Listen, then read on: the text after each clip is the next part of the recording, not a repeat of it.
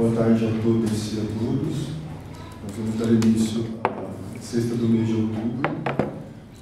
Em primeiro lugar, eu gostaria de agradecer a comissão, que é composta pelos alunos do PPGAS USP, pelo convite para a mediação e também por compor essa mesa interessante.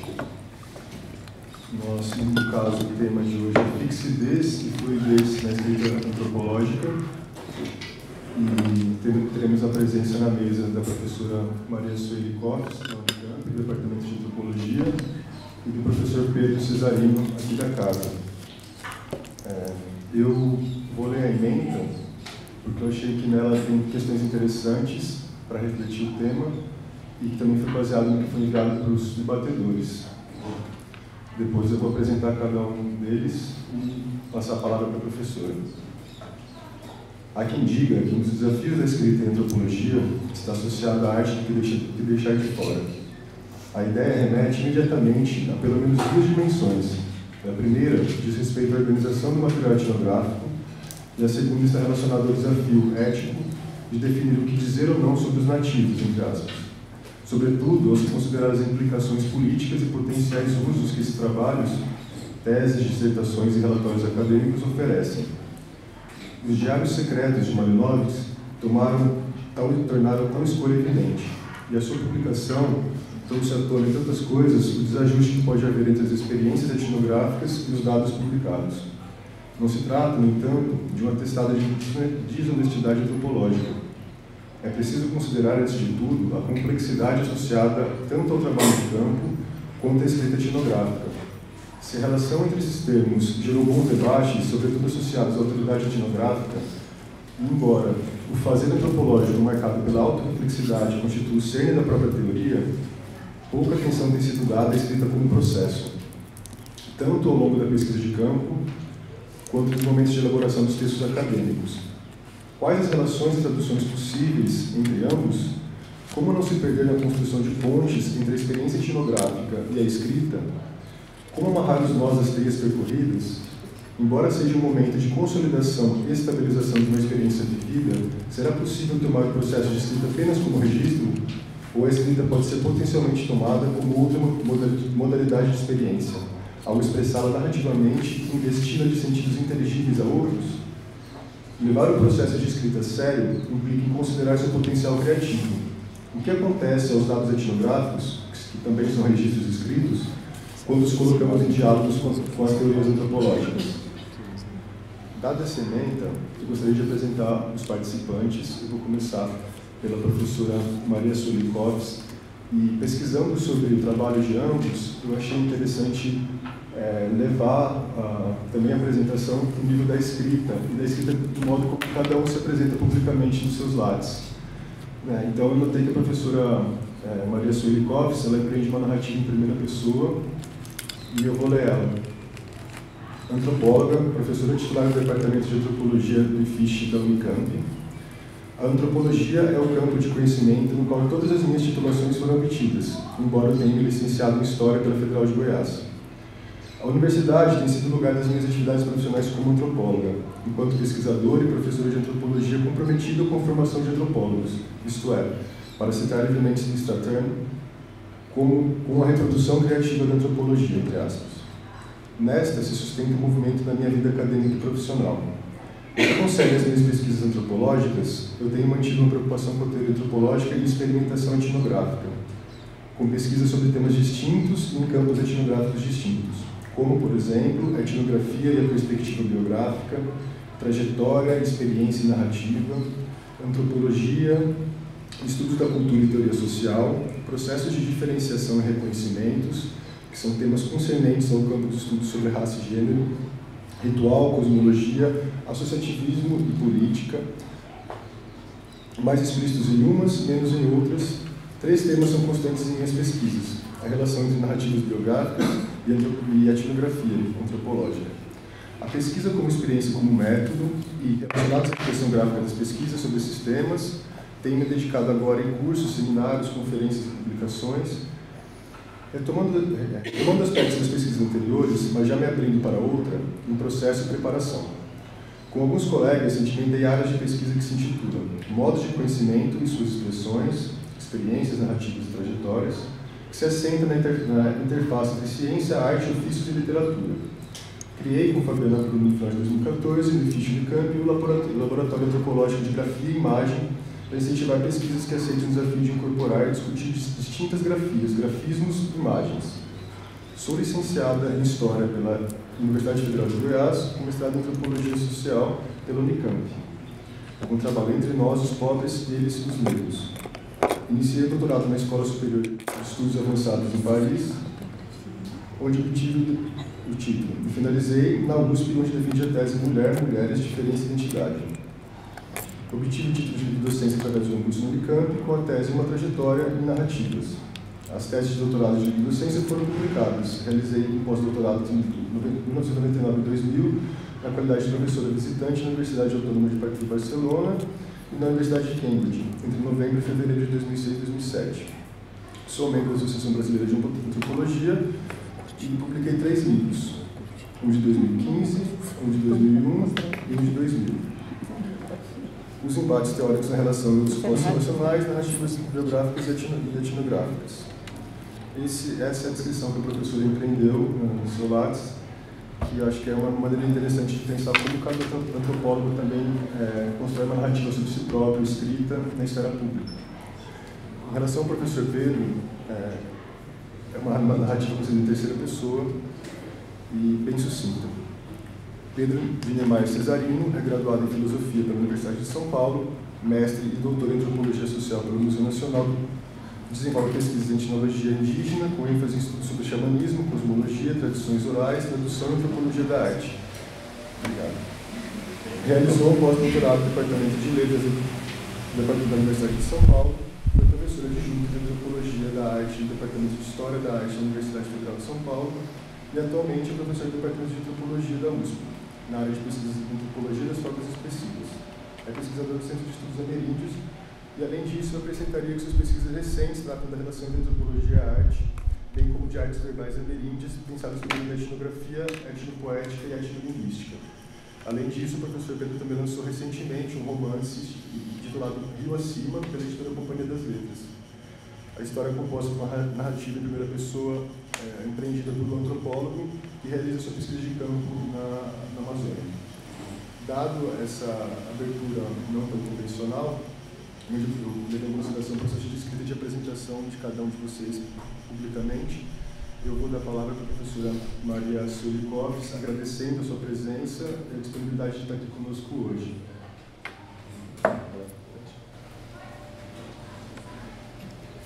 Obrigada. Boa tarde, desculpem mais uma vez pelo atraso. Eu me perdi nas ruazinhas do campus. Muito obrigada por esperar.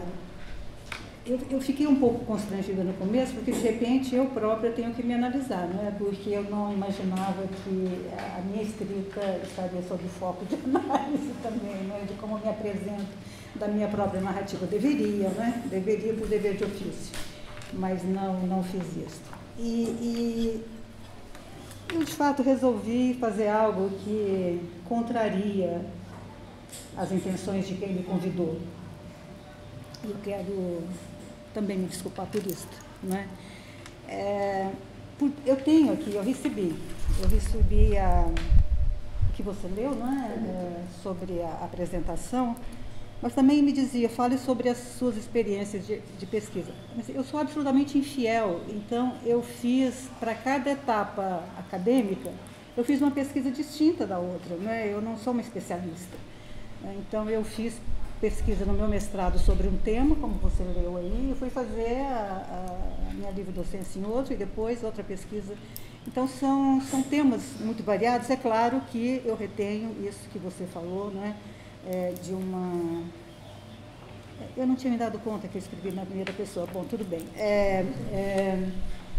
Mas eu resolvi fazer algo, e vou tentar diminuir o que eu preparei mais ou menos para o final, mas pelo menos o início eu gostaria de manter e ler para vocês, que não é tangenciar. Eu acho que tudo que vocês queriam que se fosse discutido, será.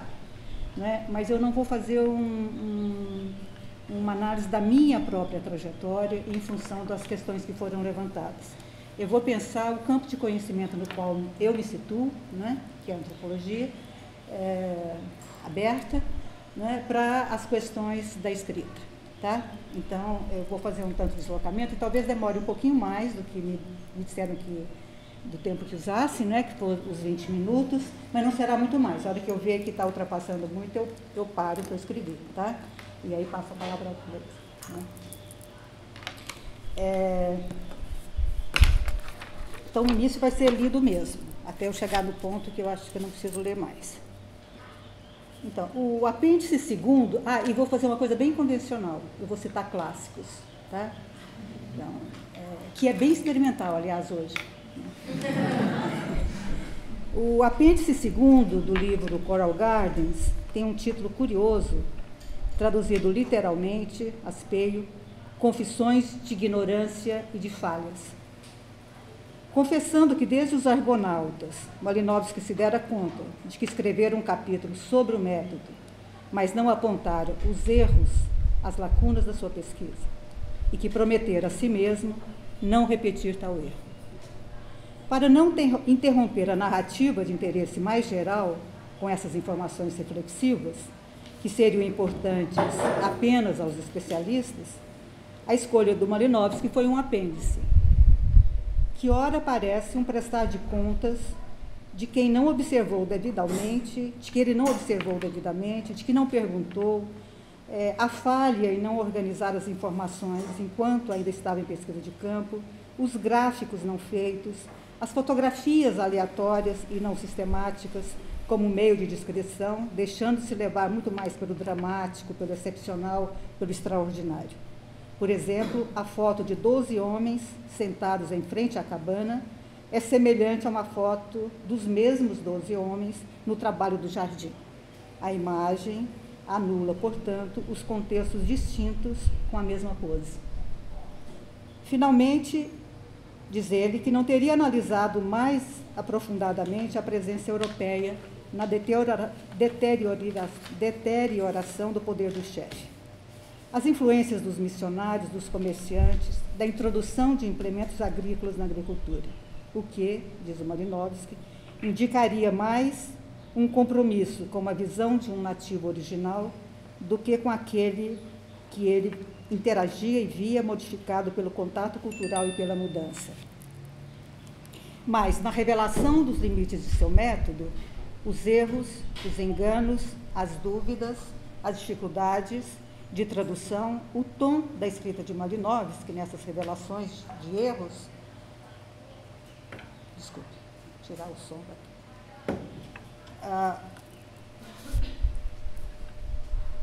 Os erros, os enganos, as dúvidas, as dificuldades de tradução, o tom da escrita do Malinowski nessas revelações de erros e omissões não é um tom confessional, não se trata de uma confissão, me parece, mas de uma crítica necessária ao aprimoramento do método. Ou, poderíamos talvez dizer, confissões metodológicas, uma pergunta que eu deixo. O importante é que em um livro publicado em 1935, remete ao que deveria, conforme o seu autor, ter sido escrito no livro de 1922. Neste caso, a escrita cria uma linha de conexão entre dois livros, por meio de um parênteses para uma conversa direta entre pares. Poderíamos dizer que Malinowski faz aqui o que Strotar diria depois como o evocar a pesquisa na escrita? Pergunto. Se o for, curiosamente, é uma evocação a trois, a pesquisa e uma escritura em outra escrita, onde a retórica reflexiva da eficácia retoma a importância do método como correlação entre teoria, pesquisa e escrita, comprometidas com a acuidade descritiva. Conrad não está muito presente no Coral Gardens, cuja magia, parece-me, viria de atribuir à escrita antropológica, estou propositadamente singularizando essa escrita em relação à escrita em geral, o que dizem que a escrita não consegue ter, ou seja, o controle do elusivo. Essa é uma espécie de preâmbulo para a minha fala, e eu queria, então, complexificar a relação antropologia e escrita. Georges Balandier, que é um autor francês, que eu não sei se ainda é lido, fala de duas modalidades extremas de escrita: a escritura acadêmica, savante, e a escritura subjetiva, e a escrita subjetiva. A primeira, a acadêmica, digamos, traduzindo savante, que se adquire pela aprendizagem e depois pela prática da disciplina. Ela obedece a regras estritas, exigência de demonstração por meio de provas, um léxico, noções, conceitos que formam um vocabulário técnico, um jargão esotérico para os profanos, escrita na qual o profissional se mostra, em oposição à escrita subjetiva com a qual a pessoa se mostra. Mas, entre os dois extremos, diz o Balandier, há textos antropológicos que não derivam nem de um nem de outro. Há o romance etnográfico, o ensaio, um texto de experimentação, que incorporam tanto uma prática competente como uma prática expressiva. Trata-se aqui de uma escrita antropológica que encontrou seu ponto de fuga e não a de afirmação normativa da escrita antropológica, e nos faz perguntar imediatamente, o que talvez também seja o que a leitura de introdução ao Writing Culture também nos faça perguntar, é de que escrita antropológica estamos falando? Das anotações da pesquisa de campo? Dos diários? No sentido não literal, manuscrito? Da escrita editada e publicada? Por exemplo, aqui é um manuscrito. Esse aqui é o artigo do Hertz sobre a representação coletiva da morte. É o manuscrito dele que está no Collège de France, na biblioteca. E eu fiquei muito impressionada quando li o manuscrito pela quantidade de desenhos que ele faz enquanto escrevia. Né? Contra, né? Contra? Ah, desculpe. Imagina. Esse é o segundo? É. Quer dizer, não só... É que, veja, isso é um manuscrito no sentido literal, né? Quer dizer, hoje a gente corta e cola, né? E joga fora. Então, aqui, às vezes guarda, né? E tem os desenhos também. Então, isso é o que, digamos, uma maneira de escrever possibilita. Né? Os dois extremos aos quais se referiu Balandier, e os mútuos ataques, né? Seja o excesso objetivista, a aridez, a falta de vida e o silêncio sobre a experiência da pesquisa, de um lado, e de outros, perigos do anticientificismo. Abriu-se já muitas possibilidades para muitas escritas alternativas, inclusive uma política editorial que se amplia e abre lugar para distintas experimentações, o que termina por tornar a experiência antropológica um gênero para variadas espécies de escritas publicáveis, ampliando o que já é conhecido há um certo tempo como o segundo livro. Né? Por exemplo, eu vou mostrar depois, né? A Fabre Saada, né? Você tem o Le Mot, la Mort, le Sort, e depois você tem 4 anos depois, o Corps pour Corps, em que é o diário dela, que é publicado. Né? As Lanças do Crepúsculo, bem conhecido, né? do Descolar, que foi depois, né? 7 anos depois do Nature Domestique. Né? Enfim, esses são exemplos, eu poderia citar o Pedro, né? Osisca e o Rio, não? Cânones disciplinares, possibilidades editoriais, inquietações epistemológicas, estéticas ou pessoais, restringem ou ampliam o campo de experimentações. Uma antropóloga chamada Suzanne Chazan-Gilly faz um contraponto interessante entre a sua própria pesquisa e escrita sobre o ritual do banho das relíquias em Madagascar, em 1968, e um romance sobre o mesmo ritual do Cotozon, em 1978. No contraponto, é mostrada as inversões e reversões entre os dois livros, o romance e o livro antropológico, digamos assim.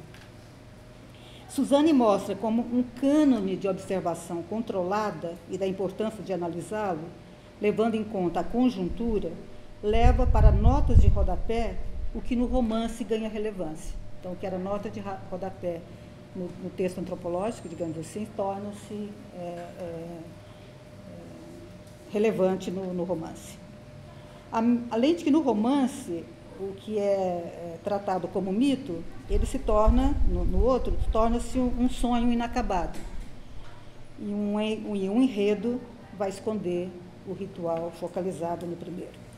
Se eu bem entendi o argumento, eludido o ritual, ele ganha mais complexidade no romance do que no texto antropológico.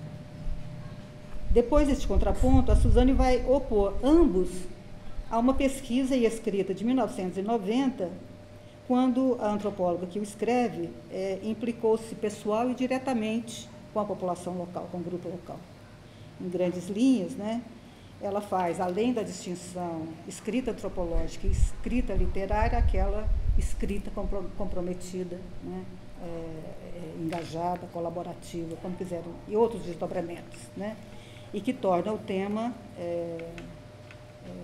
fazendo variar o que nós estamos dizendo por escrita antropológica, digamos assim, né? Essas distintas formas de escritas que eu evoquei estão, portanto, ligadas a múltiplas considerações, e, do meu ponto de vista, a estética é uma delas, e uma importante consideração. Quando aquele debate Aesthetics is a Cross-Cultural Category, que foi um tema do debate de 1993, no Key Debates, organizado pelo Tim Ingram, o Jeremy Coates diz que foi só depois de 1970 que a palavra estética começa a aparecer mais frequentemente em títulos de monografias antropológicas. Coates levanta algumas hipóteses sobre o porquê da proliferação dos termos estética e poética nos títulos das monografias antropológicas apenas a partir dessa época. Mas, é claro, eu não vou me reter aqui nos argumentos nem do debate, né, nem as controvérsias que foram apontadas, inclusive sobre estética. O que eu acho interessante é que tem aparece uma noção, uma discussão, eu diria melhor, entre o caráter desinteressado, né, da estética e o caráter utilitário.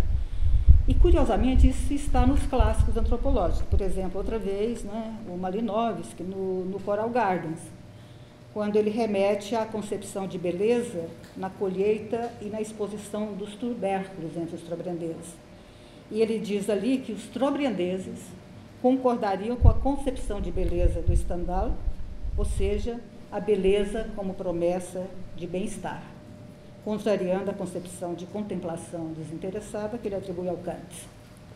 O tema, portanto, como podem ver, né, é mais complexo do que dizer que a antropologia estaria impregnada por um espírito de época estetizante. Acho que precisa uma discussão mais densa do que essa, digamos assim. O que me interessa mesmo fazer é ver rastros de referências estéticas em alguns textos antropológicos e que, para mim, são rastros de uma presença, né?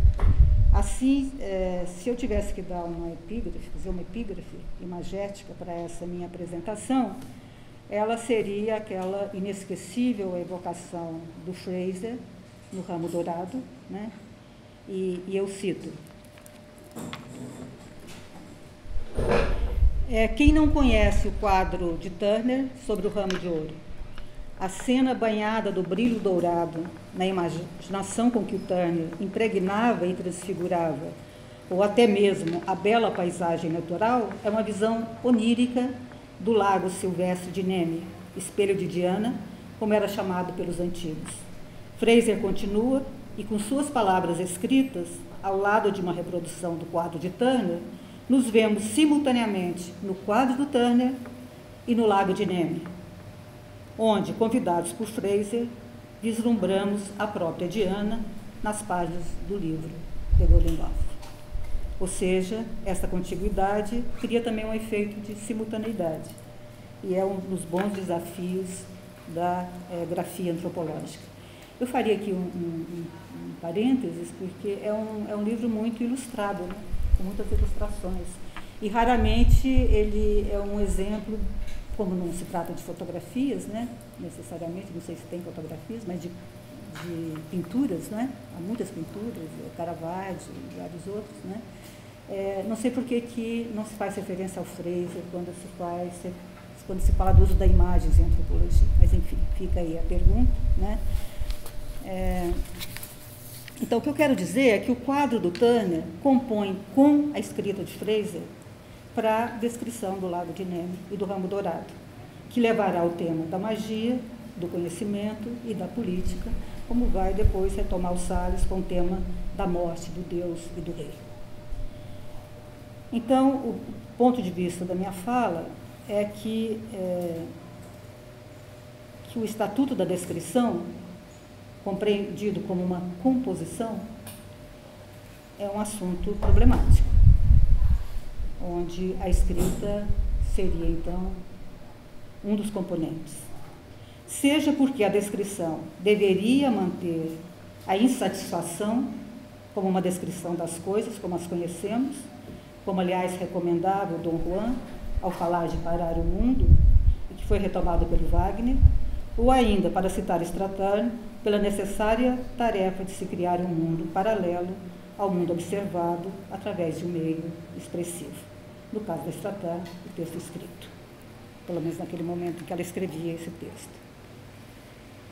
Bom, eu não vou continuar lendo tão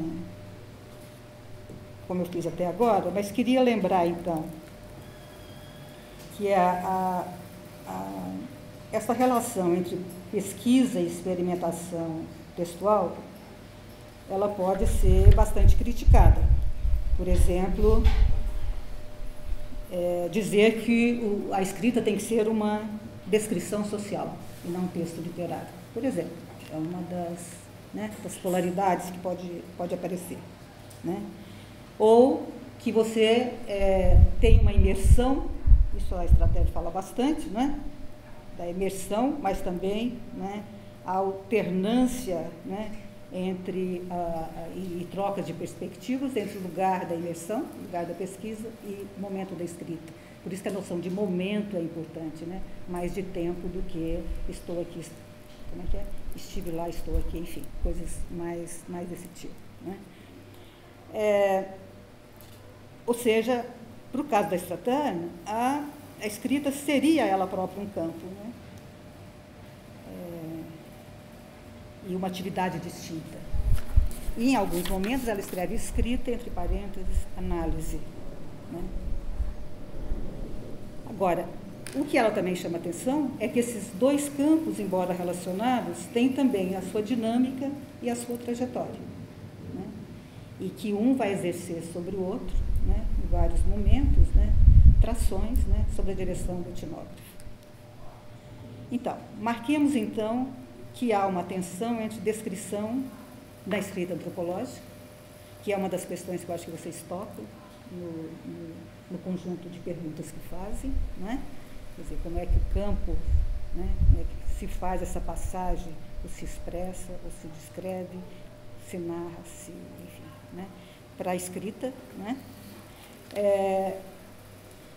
E também essa relação da imersão e do movimento, né? Ou seja, aquilo que já está sendo retomado pelo Ingold entre a observação e a descrição, né? E que não necessariamente passa por uma analogia literária. Pode ser uma analogia ótica, por exemplo, ou arquitetônica, por exemplo.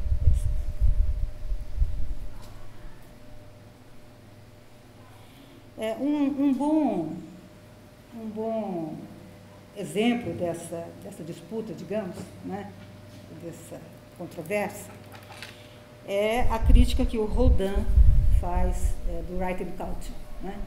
O que ele faz? O que ele faz?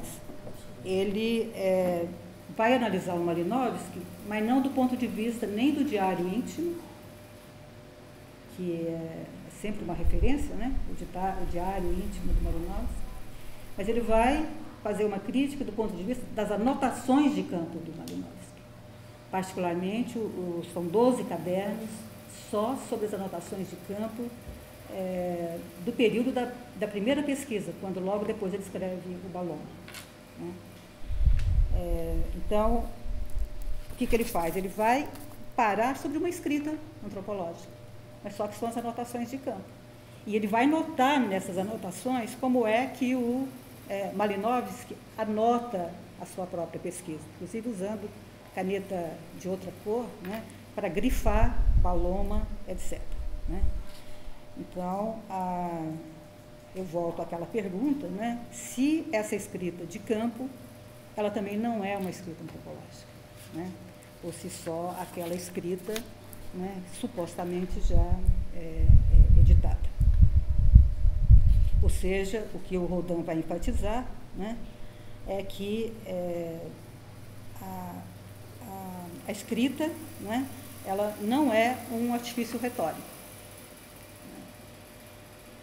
Ela está dialogando, no caso que ele analisou, diretamente com as anotações de campo. E você vê anotações de campo trabalhadas, né, pensadas e escritas outra vez na obra final.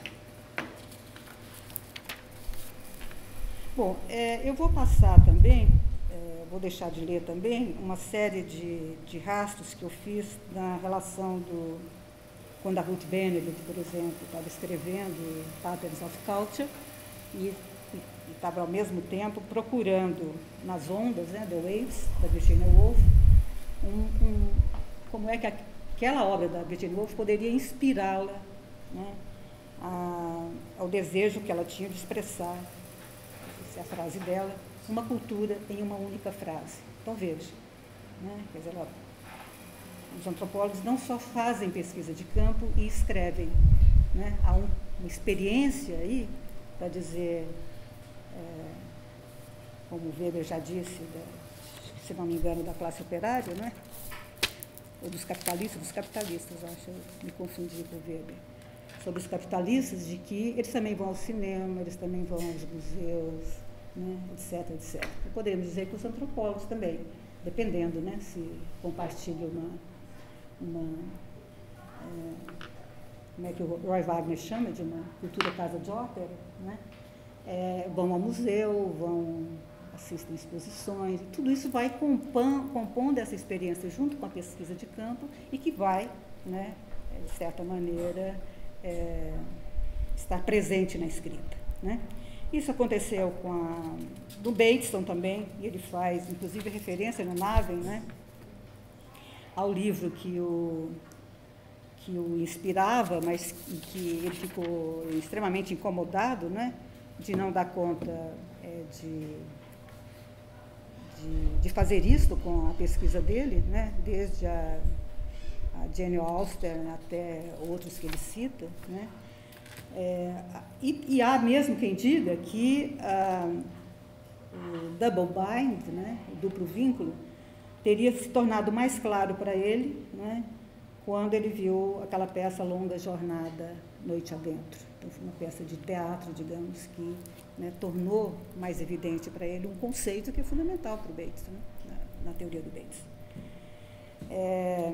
Também isso aqui que eu mostrei do Hertz, eu não vou falar disso também, vou pular, né? Mas tem um autor, né, que faz uma análise dessa do Dostoiévski.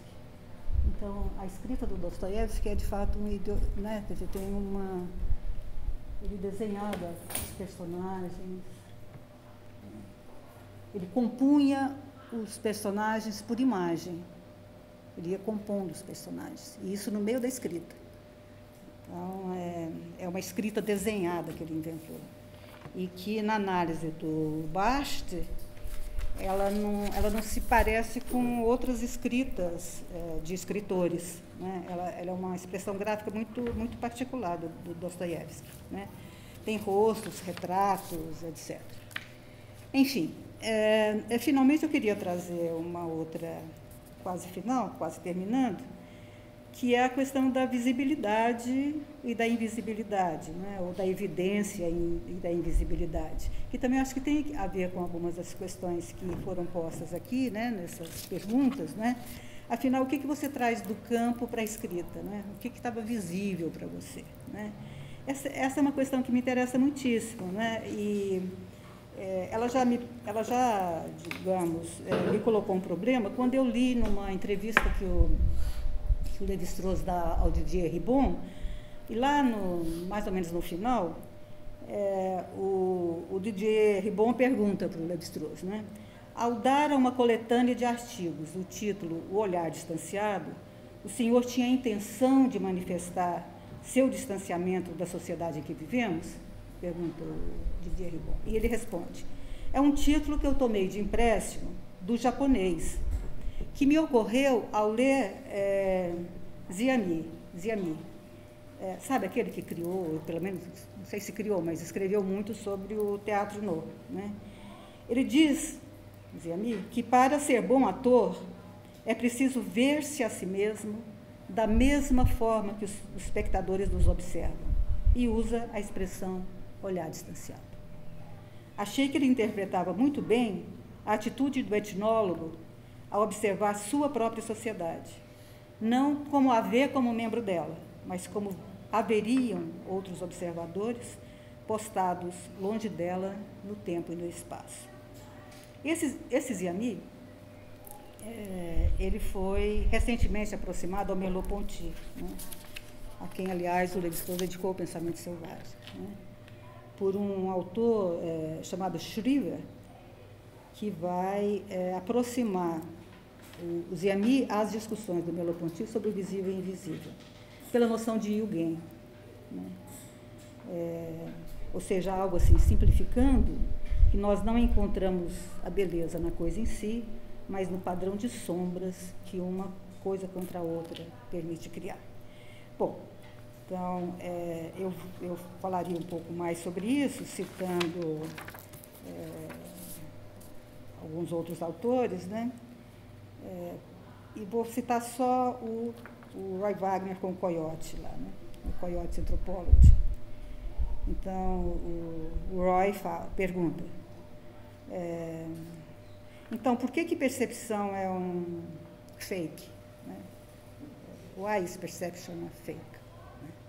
Aí o Coyote fala, veja, Roy, nós não vemos o mundo como nós vemos, não ouvimos os sons como nós ouvimos, tocamos as coisas como nós tocamos, ou de alguma coisa que nós percebemos como percebemos, mas alguma coisa no entre, comes in between.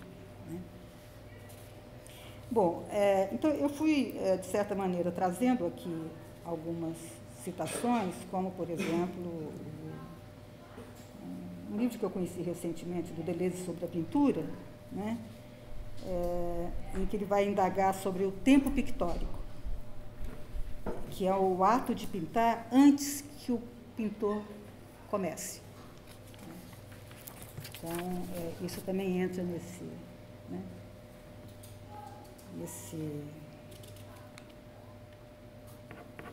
eu vou passar sobre vou passar também sobre o Sangama, não é? Do Peter Gall,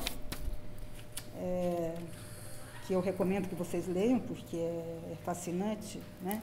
E o Pedro deve poder falar disso melhor do que eu.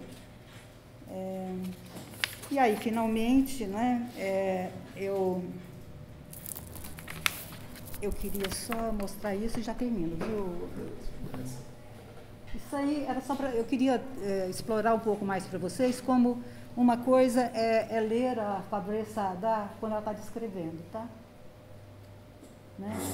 Conversa delas com as pessoas lá no Bocage. E depois a Fabrice Saada no final, né?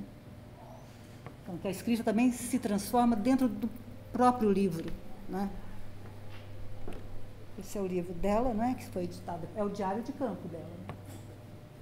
Bom, e finalmente, as pretensões do Ingro, né, que eu estou estudando mais agora, E tem um livro que ele chama Redrawing Anthropology, né? Em que ele vai dar um exemplo, né? Ele estava um dia de verão, há uns 2 anos, ele e a esposa voltavam da costa nordeste da Escócia, depois de umas férias.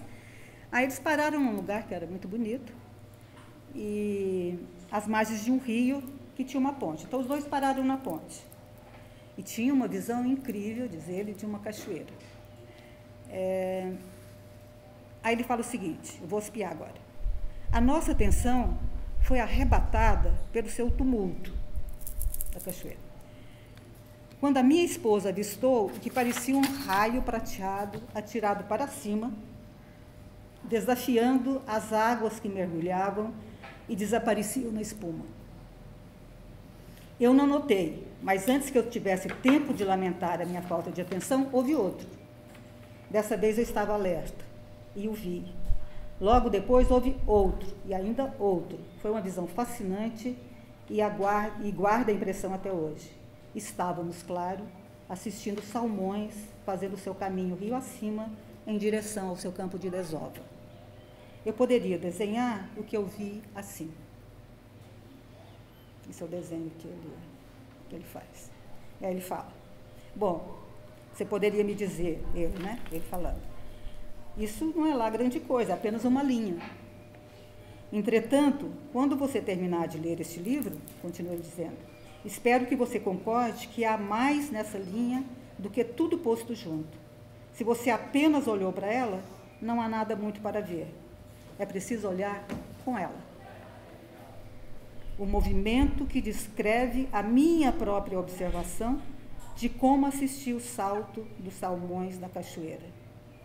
Nesta linha, movimento, observação e descrição se tornam um. E essa unidade é nada mais do que a própria linha. Então, conceito, desenho, hífen, imagem, descrição, hífen, podem, para continuar com o índio, formar nós, os meshworks, que são formações singulares com multiplicidade de linhas em seu próprio traçado. Curiosamente, é uma analogia com a narrativa também, das linhas e do enredamento narrativo. E que, para o Ingold, o movimento aproxima-se do que o Deleuze chama de contínuo. E o ponto de enredamento de Ingold seria os pontos de concentração de Deleuze. Não uma solução de compromisso ou uma síntese, ou uma conjunção não problemática. Para começar a pensar em dobra entre as disjunções apontadas, será preciso lançar mão do paradoxo, ou, para dizer com Deleuze, relevar uma instância paradoxal. Então, para terminar, eu recomendo para vocês um conto do Henry James, chamado A Bela Esquina, onde há uma presença fantasmagórica que se desvenda como o duplo do personagem Spencer Dryden, um fantasma de si mesmo, e do qual eles se exilaram. Nos rastros dos textos antropológicos ao qual me referi, eu vi a presença fantasmagórica da experiência e da estética, sendo chamada e afastada, em uma analogia de risco, como o fantasma do conto de James. Tomemos o duplo fantasmagórico, mas para torcê-lo, o que talvez nos leve a encontrar em seu externo o nosso interno. Deixo-lhes o convite para pensar sobre essas questões, quem sabe reescrevendo a elogiada e belíssima descrição do Malinowski, sem que eu ainda não vi ninguém analisando que ele descreveu o que ele não viu. Pelo menos, acho que não viu. São os espíritos dos mortos na aldeia trobrandense, com os supostos do Ingrid, brevemente expostos aqui. Então, desculpa ter ido tanto além do tempo que você me deu, E obrigada.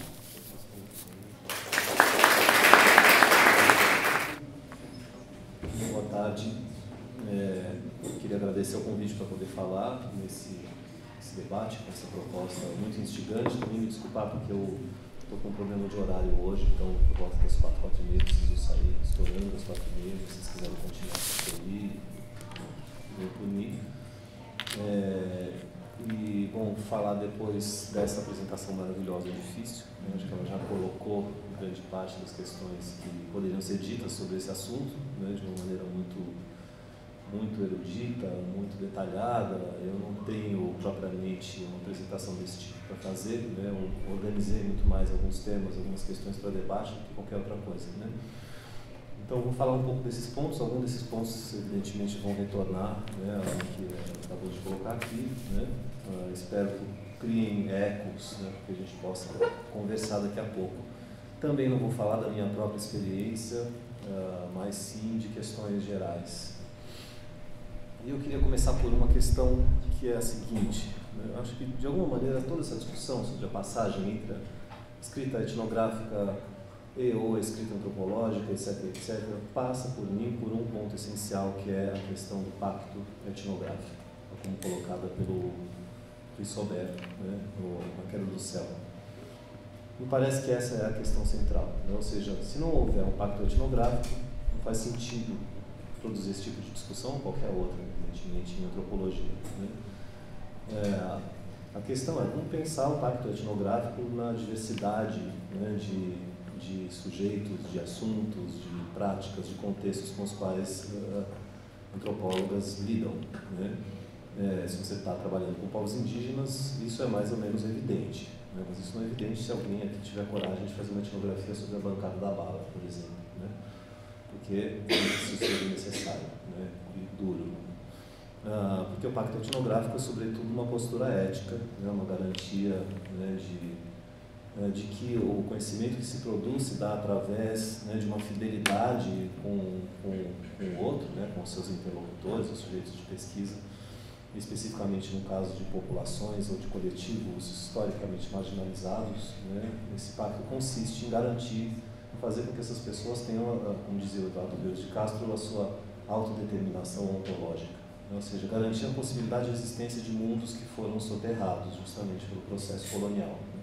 Quando a gente passa para outro tipo, né, de contexto etnográfico, é evidente que essa questão precisa ser repensada, mas eu acho que, mesmo assim, a questão do pacto fica, de certa forma, intocada, né? Tal como um psicanalista tem que ter um certo pacto com o seu paciente, ele não pode discordar, ele não pode trair o seu paciente, certo? Então, me parece que essa é a primeira coisa. Daí eu vou tirar algumas consequências. Porque o que tem sido dito, né, nessa tal dessa virada ontológica, né, tem sido rediscutida aí nesse livro do Martin Hobart e do Peterson, né, The Ontological Turn, desse ano, de 2017, né, que na verdade não é nenhuma novidade, né, é que uma das maneiras de se conceber a antropologia, que evidentemente não é a única, se dá através desse problema da invenção conceitual. Ou seja, a antropologia tem que produzir conceitos para dar conta de especificidades ou de demandas, né, da etnografia para o pensamento. Então, de alguma forma, esse problema da invenção conceitual, né, ele vai junto com a produção do estilo de escrita. Daqui a pouco vou falar mais sobre o problema do estilo, né? Ou seja, lá onde você precisa dar conta de um determinado problema do pensamento, você também precisa criar uma forma de escrita que se acople a esse problema do pensamento. As coisas não estão separadas, né? Ou seja, o problema da reflexividade, que é uma das outras características da tal da virada ontológica, na verdade esquece esse problema de virada ontológica, é uma característica da reflexão antropológica de uma maneira geral, né? Ela tem que se remeter a si própria, aos seus próprios conceitos e torcer esses conceitos a partir de uma experiência de pensamento produzida com outra, né? Ou seja, essa reflexividade que implica imediatamente numa invenção conceitual, né, é evidentemente um problema de escrita, só pode se dar através de uma invenção ou de uma reinvenção da escrita, né? Portanto, né, é isso, né, que é essa associação entre a reflexividade e a invenção conceitual e a produção de um estilo que faz com que a escrita antropológica seja especialmente complexa, né? Mais complexa ainda, evidentemente, porque em um certo tipo de concepção da antropologia a gente está lidando com outras formas de antropologia, né? Ou seja, a gente não inventa, né? Inclusive a gente estava discutindo esse livro lá no curso do Sangama, que você mencionou, a gente deu uma aula ontem sobre isso, à noite. uma certa concepção de antropologia, né, lida com outras potenciais antropologias, com outros regimes de imaginação, com outros regimes de conhecimento. Né?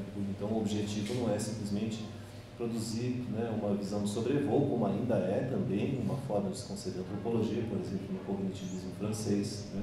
Carlos Revelli, Pascal Boyer, Hans Perbeck e tantos outros. Né? Esse sim, né, produzir uma antropologia que é verticalizante e que impõe a sua forma de explicação e encaixa os dados dentro daquela forma de explicação. Nesse sentido, a noção de dado etnográfico faz ainda sentido. Né? Mas para essa outra antropologia horizontalizante, por assim dizer, não faz mais sentido, de certa forma, falar em dados, muito mais em acoplamento de imaginações conceituais distintas. Né? O que faz, portanto, com que a escrita antropológica seja uma experiência extremamente complexa. Né? Porque ela não pode se valer, né, nem de uma imposição unilateral, né, ou de uma grade explicativa, de um conjunto de axiomas do analista, né, e tampouco, né, da imposição de um estilo pré-determinado por um escritor, seja ele antropólogo ou não, né, e tampouco isso se resolve, né, pelas estratégias que a antropologia pós-moderna, né, tentava desenvolver pela sua autopunição, né? Ou seja, polifonia, coautoria, etc, etc. Né? Merlin Stratton tratou muito bem disso no Partial Connections, né? Porque todas as estratégias, no final, não resolvem um problema fundamental na antropologia e dos outros, que é o problema do conhecimento. Como é que se produz efetivamente conhecimento? Né? Não adianta você escamotear o problema da política em soluções nas quais se dá a voz ao outro, né? E fingir que o problema do conhecimento vai se resolver dessa maneira. Inclusive que as assimetrias vão se resolver dessa maneira, não que elas não se resolvem. Né? Então, de certa maneira, o que, de certa forma, a gente poderia pensar, e eu, de fato, tenho achado que, para mim, tem dois livros que são muito marcantes, contemporâneos, para pensar a antropologia, em primeiro lugar, A Queda do Céu, né, do Copenau do Sobel, e depois o Partial Connections, da Merlin Stratton. São esses dois livros que efetivamente produzem confusões saudáveis. Né? Inclusive, eu sugeri aqui para os meus colegas do departamento que A Queda do Céu fosse introduzido como um dos livros clássicos de antropologia para ser dado nos cursos obrigatórios.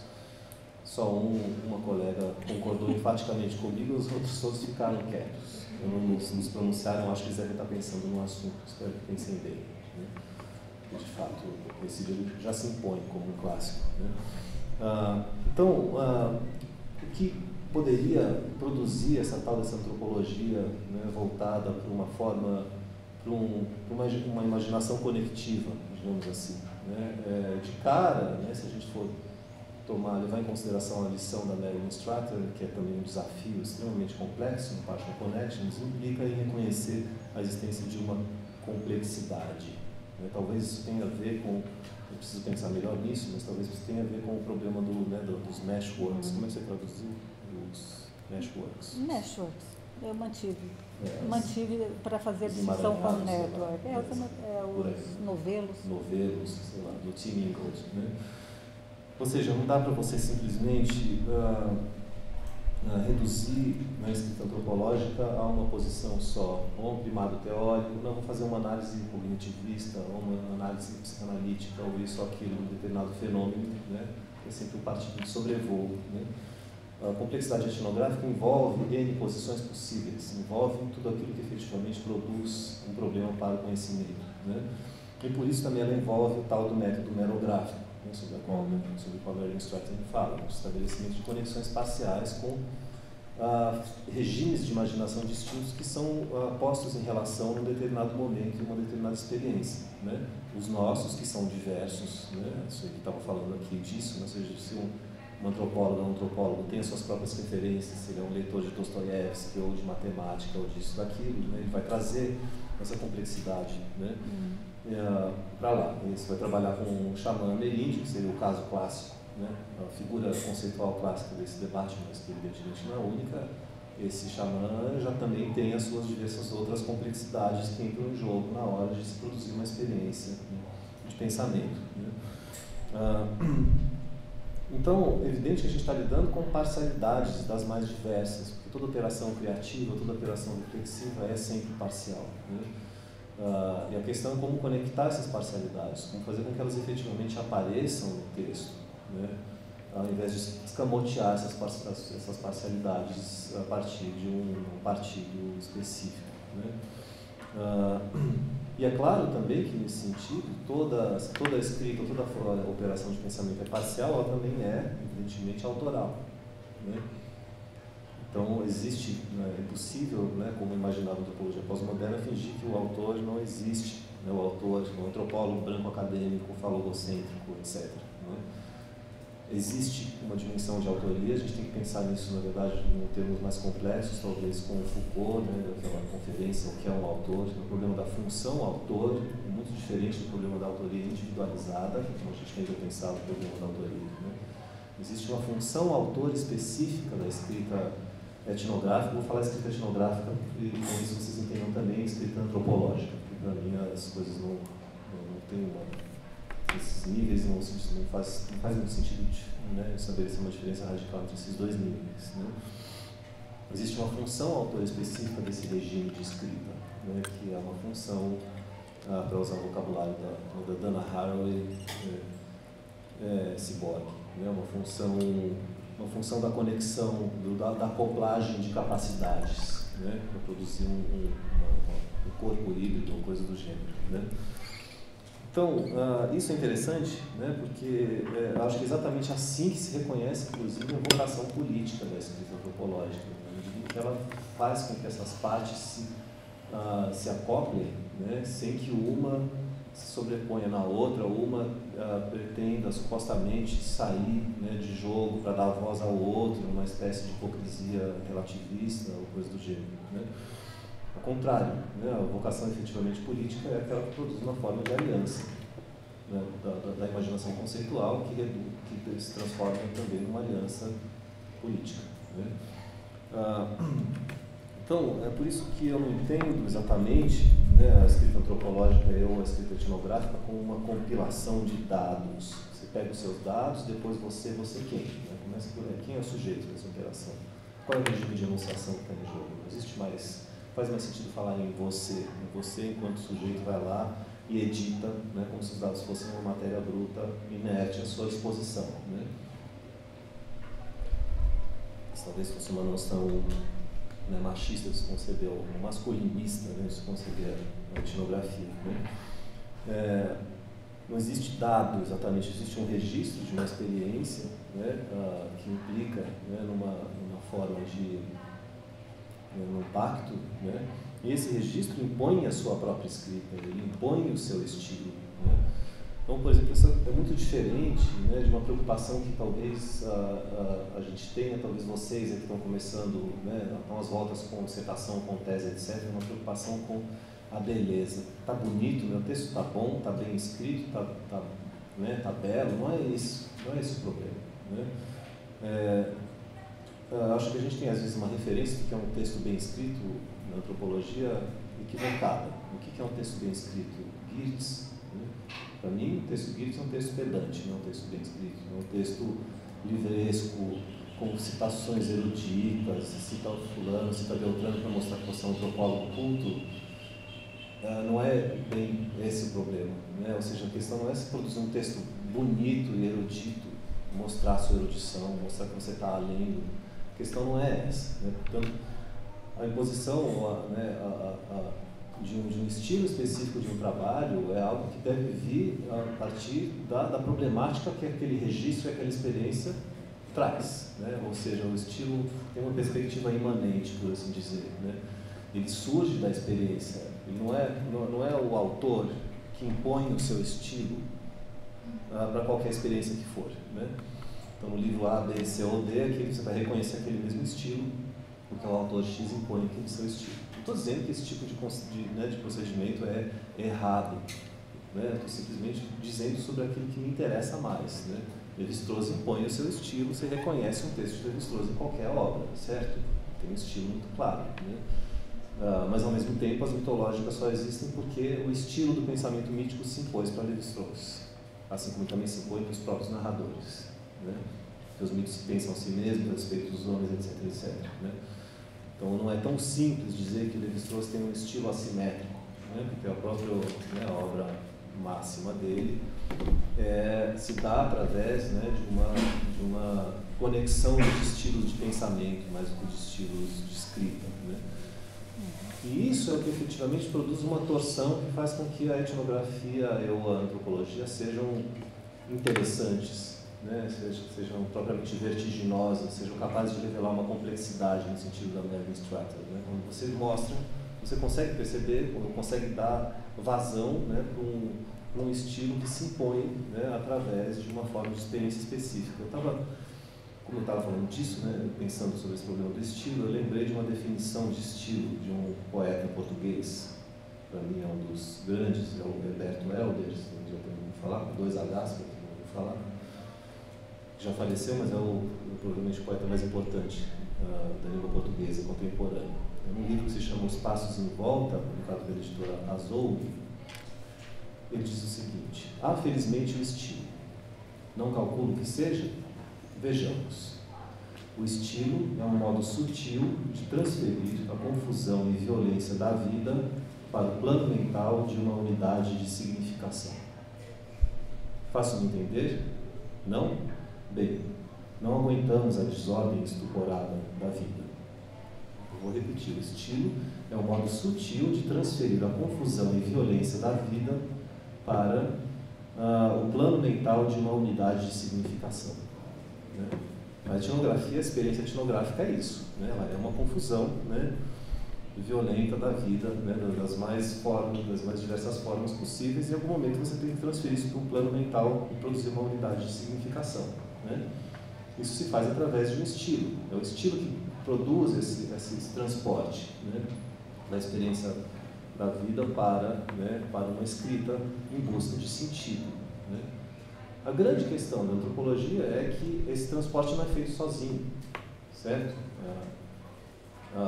Os nossos amigos, parceiros, interlocutores, como vocês quiserem chamar, né, também produzem transferências para um plano mental de uma unidade de significação. Eles também têm estilo. O estilo não é uma questão de estética, tá certo? Isso que é importante frisar. Se ele, no final, se transformar num texto bonito, bem escrito, tanto melhor. Mas esse não é o objetivo. O objetivo é produzir uma torção capaz de fazer com que o pensamento funcione, né? Produzir uma experiência de pensamento e, no limite, uma experiência vital, uma experiência que seja também política. Né? Me parece que isso só pode efetivamente acontecer se houver, de fato, né, um pacto desde o começo. Né? Porque esse pacto que vai fazer com que, né, a violência, né, da experiência vital, não nos mais diversos sentidos da violência, não só no sentido físico, né, mas a perturbação, a necessidade de se colocar para fora do seu lugar, né, de conforto, né, se impõe efetivamente como algo que mereça ser, né, ou que mereça a tarefa da escrita, que mereça a tarefa da reinvenção conceitual, né, ou da reflexividade, etc. Né? Então, a questão é como fazer isso, né, dentro do tipo de restrição e de enquadramento textual, de expectativa institucional, etc., que a gente tem. Né? É claro, são duas vertentes, tem várias vertentes, mas duas vertentes muito claras na antropologia, né? 3 pelo menos, uma de cunho mais sociológico, outra de cunho mais cientificista, né?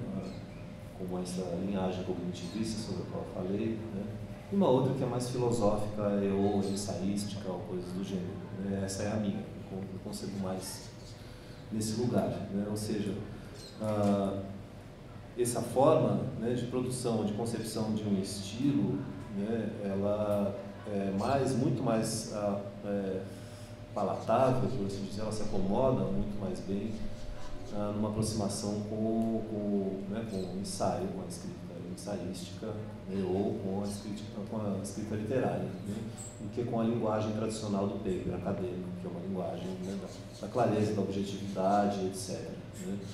Num certo sentido, do ponto de vista de uma reflexão, né, que é instável por excelência, que é aberta para a incerteza, para a multiplicidade, para a fragmentação, que se vale, né, da fragmentação como uma qualidade, como uma condição de produção de pensamento, né, Esse tipo de produção do pensamento é, em muitos momentos, incompatível com a lógica do paper acadêmico que vai ser submetido por uma revista, etc, etc. Né?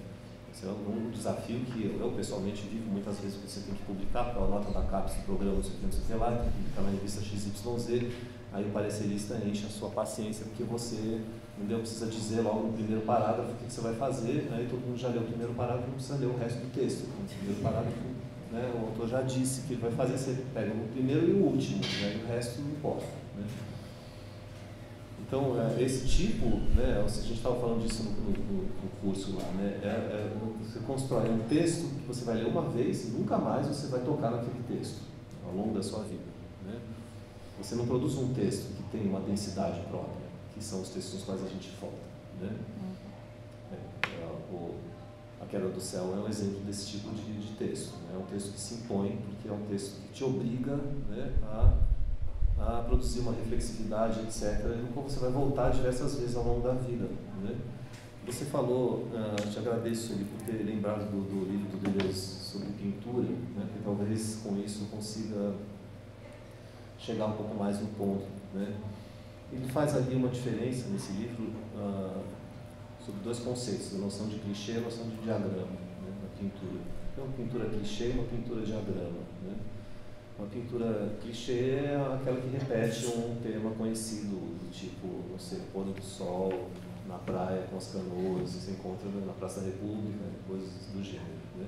Mas também pode ter pinturas clichês mais sofisticadas, em galerias de arte, etc. Né? O diagrama é outra coisa. Né? Ele se instaura quando efetivamente, talvez ele tenha a ver com essa definição do estilo do Herberto. Quando ele efetivamente se produz, né, uma torção, uma originalidade, um campo de forças, né, próprio daquele diagrama, né, que faz com que ele se imponha, né, por conta própria. Né? Então, de alguma forma, talvez isso tenha a ver com o desafio de construir, né, uma escrita antropológica que seja uma escrita diagramática, por assim dizer, né, que tenha a sua própria capacidade de expressar uma experiência de pensamento, uma experiência vital que foi feita com, né, que seja o resultado, né, de uma forma de conexão com as experiências de pensamento alheias. Né? Isso quer dizer o que ela descreve bem, né, de maneira objetiva, a experiência de pensamento alheio? Não, isso é impossível. Né? Isso é uma certa vertente sociológica, né, da concepção da antropologia, pode ser que isso faça sentido, mas para outra isso não faz o menor sentido, porque isso seria radicalmente, em última análise, impossível. Né? Na história da filosofia isso já é ponto pacífico, não existe Heráclito. Existe o Heráclito do historiador da filosofia número 1, 2, 3, 4 ou 5, certo? Toda vez que Deleuze escreve sobre um filósofo, ele deleuzianiza esse filósofo. Então, não estude Kant através de Deleuze, você vai estudar Deleuze e não Kant. Né? Mas quem estudaria, né, qual comentador de Heráclito efetivamente descreveria de uma maneira objetiva o pensamento, né, de um suposto filósofo pré-socrático? Nenhum. Né? Da mesma maneira, né, seria impossível produzir um texto, uma descrição objetiva e neutra, né, através dos seus dados etnográficos, né, do pensamento xamânico ameríndio, sei lá, certo? Então não tem como evitar esse campo criativo, inventivo, né, que não se entende bem pela noção da colaboração. Não é só ou exatamente uma colaboração. No final das contas, a decisão é do antropólogo, certo? Seja este ou esta antropóloga ou Davi Copenau, ou sejamos nós. Né? E isso precisa ser explicitado, reconhecido. Isso faz parte da tal da função autor. Né? A decisão é nossa, mas ela é feita a partir de um pacto etnográfico. Ela é a nossa versão sobre esse pacto etnográfico. E ela é tão mais densa ou complexa ou diagramática quanto mais rico tiver sido esse pacto, ou mais perturbadora, no sentido produtivo do termo, tiver sido a experiência vivida que produziu esse pacto, ou de onde esse pacto veio. Né? Mas isso, evidentemente, faz parte de uma opção. E vocês aí que estão, né, começando as pesquisas, vocês têm que saber o que vocês vão querer fazer. Vocês vão escolher qual tipo, né, de antropologia, qual tipo de de experiência de pensamento. Até porque, de certa forma, isso que eu estou dizendo, isso é, sim, específico da antropologia, porque, de certa forma, é a antropologia que, efetivamente, né, lida com pessoas, né? Tim Ingold, né? Antropologia e filosofia com gente dentro, né? Mas isso também não é uma questão só da antropologia, né? Porque eu não acho que se trata aqui de dizer como é que uma determinada disciplina deve produzir, né? Ele falou sobre isso, né? Com as suas regras, né? Um determinado texto, certo? O que interessa, do meu ponto de vista, é produzir algo que seja interessante para uma experiência de conhecimento. E a antropologia tem uma maneira específica de produzir algo que se impõe para como conhecimento, né? Por se conectar de maneira complexa, parcial, né? Com outros produtores de conhecimento, né? Mas no final das contas, essa densidade, né, que se produz deve poder ser interessante, deve ser capaz de desnortear um filósofo, né? Um crítico literário, um arquiteto, etc. Do contrário, ela fica confinada na lógica né, departamental que é fadada a desaparecer pelos seus interesses. Obrigado.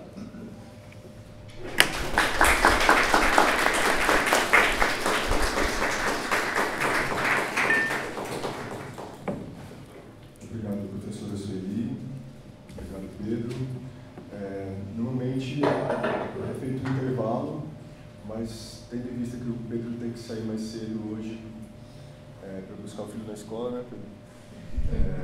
Então, eu proponho que a gente abra um bloco de 3 perguntas.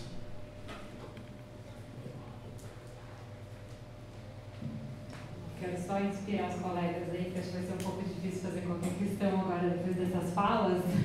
Então, só para tentar animar mesmo o debate, quero agradecer, foram falas muito inspiradoras, assim, acho que a gente vai demorar alguns dias aí para elaborar, para que a gente tenha condições, né, de, enfim, levar essa conversa para outras instâncias e para as nossas teses, para os nossos trabalhos. De certa forma, as questões colocadas na ementa estão mais complexas e menos respondidas, o que é ótimo, né? Mas eu gostei muito, eu queria primeiro que eu achei fantástico você trazer o Malinowski e nos mostrar que o que a gente está chamando hoje de experimentação, né, com a escrita, ele também estava fazendo, né? Porque de certa forma ele cria um cânone, né? E a gente entende isso como algo quase dado, mas ele estava experimentando, né? Então eu achei maravilhosa essa imagem, acho que ela é muito produtiva, e gostei muito também da associação entre o pacto etnográfico e a escrita, acho que também é poderosa e rende, tem um potencial muito grande. Então eu queria que vocês, enfim, na verdade a gente tinha uma questão, espera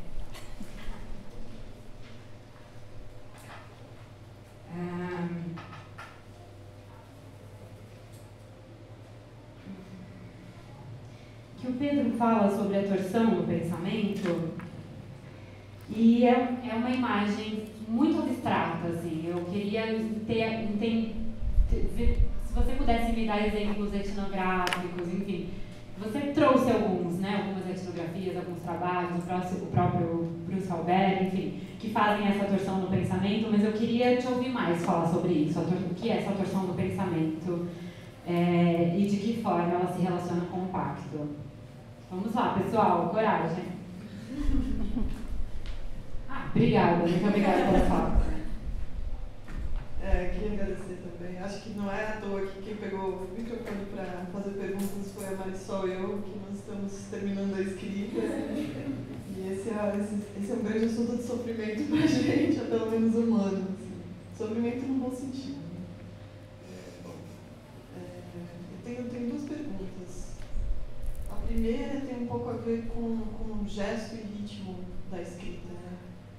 Porque, assim, mesmo os exemplos que vieram da literatura, né, do Dostoiévski, da Virginia Woolf, das ondas, como eles inspiram, né, o nosso texto etnográfico, porque Virginia Woolf trabalha nos diferentes livros dela com diferentes formas de fluxo de consciência, E as ondas, especificamente, são esses personagens que vão se desdobrando uns dos outros, né? Por isso que essa imagem das ondas que ela nomeia, que eles vão... A vida deles vai se desdobrando e se precipitando umas nas outras. E, de certa forma, quando a gente está em campo, vendo os nossos interlocutores e vivendo as vidas deles com eles, e fazendo etnografias que não são só interrogatórios, né, que não são só entrevistas, a gente se sente tomado pelas palavras e pelos modos de pensar dele, e existe uma certa...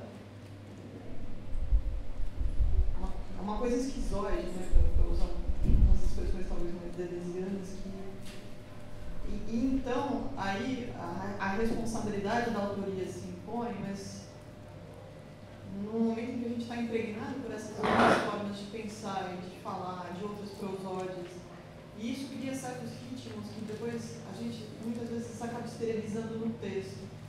Então, eu não sei, para mim o dispositivo de voltar para a literatura muitas vezes me permite manter coisas da afetação da escrita etnográfica. Queria, de repente, se vocês tivessem alguma coisa para pensar sobre isso. E a segunda questão é uma questão sobre o pacto etnográfico também, até porque eu tenho trabalhado como revisora nos últimos anos dos trabalhos dos colegas, e uma coisa que eu acabo sempre dizendo é que a gente tem que ser generoso com os nossos leitores. Então, existe o pacto etnográfico com os nossos interlocutores de pesquisa, os nossos sujeitos, mas existe um certo pacto que o autor de um texto tem que ter com seus leitores e com o público-alvo que ele espera que valer o trabalho que está sendo produzido, seja um paper para uma revista, seja uma tese, seja um texto de divulgação científica da antropologia. Então, como é que a gente pensa a escrita também a partir dos leitores que a gente espera contemplar?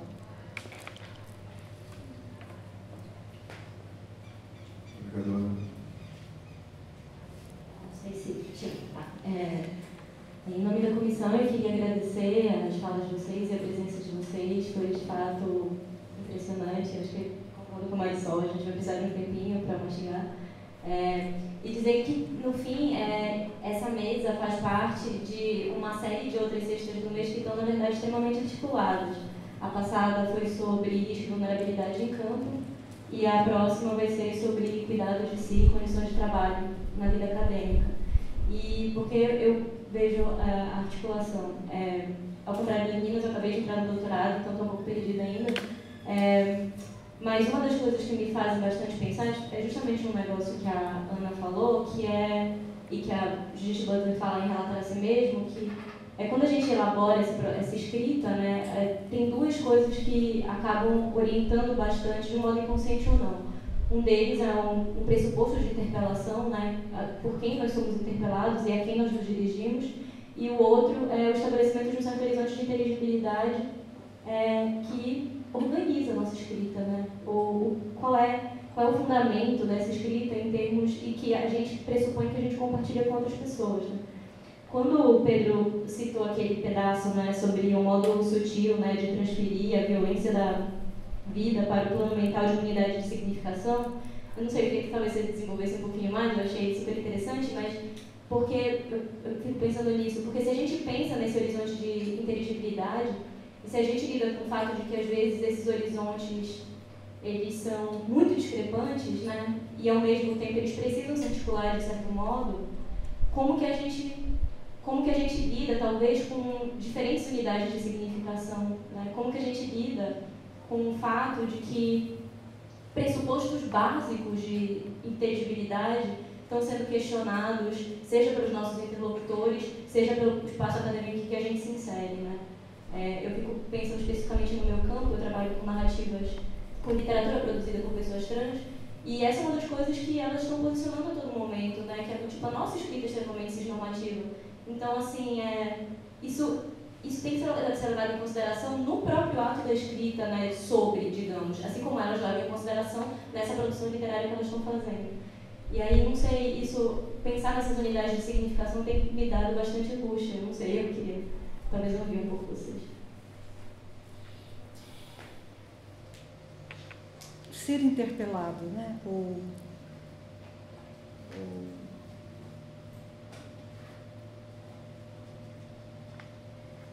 para quem escreve, né?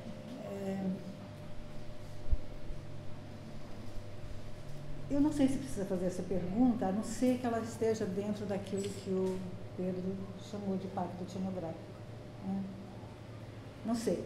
E eu queria aproveitar as perguntas e também o que o Pedro disse, para problematizar, agora sim, falando da minha experiência de pesquisa distinta da pesquisa do Pedro, do pacto etnográfico. Eu gosto muito desse livro também e concordo com você.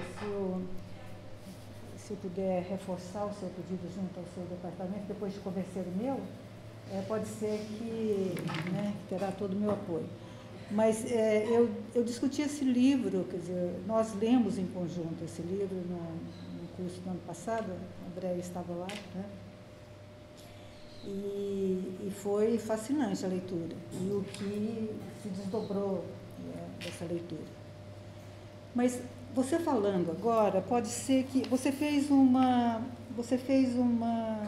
leitura do pacto etnográfico em algum momento mais restrito, em outro momento muito ampla, que é o não trair, né? Eu posso concordar com relação a algumas pesquisas que eu fiz, por exemplo, a última pesquisa que foi sobre a maçonaria. Né? Maçonaria. Sobre a maçonaria. Né?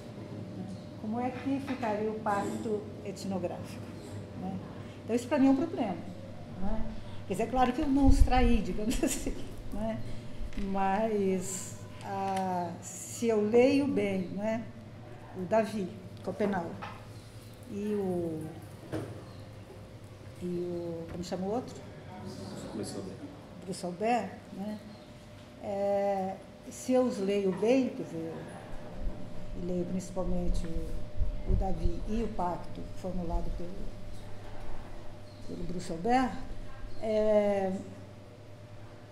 eu não poderia fazer a minha etnografia resultar de um pacto etnográfico com os maçons. Não poderia. Né? Então, acho que isso... Eles próprios talvez não tenham se reconhecido nisso. Então, porque aí levanta um outro aspecto. Né? Talvez não, porque como não tem o pacto etnográfico, também não tem essa relação que permita com que aquela escrita ela tenha também, para usar um suposto hermenêutico que não é bem o mais adequado aqui, um horizonte de compreensão dos mundos que estão ali. Né? Então, acho que, não sei, eu estou meio que tateando uma questão que para mim é importante. Né? Estou meio assim, vou e volto porque é uma questão que não é bem resolvida. Com relação à população indígena, é uma experiência que você tem que não é só, você não vai lá só fazer uma etnografia, você não vai lá só fazer uma pesquisa. No caso da maçonaria, eu só fui fazer uma pesquisa, quer dizer, não tem nenhum trabalho, né, nenhuma relação em comum, tendo em vista um projeto comum, digamos assim, não tem. Né? Tinha questões que eu queria responder a partir da experiência maçônica. Né? Mas não eram uma aliança nesse sentido, né, com os maçons e com a maçonaria. Então, como é que fica o pacto etnográfico? O outro, você fez uma crítica, eu já vi essa crítica repetidas vezes, ao uso das citações das pessoas no seu próprio texto. Né?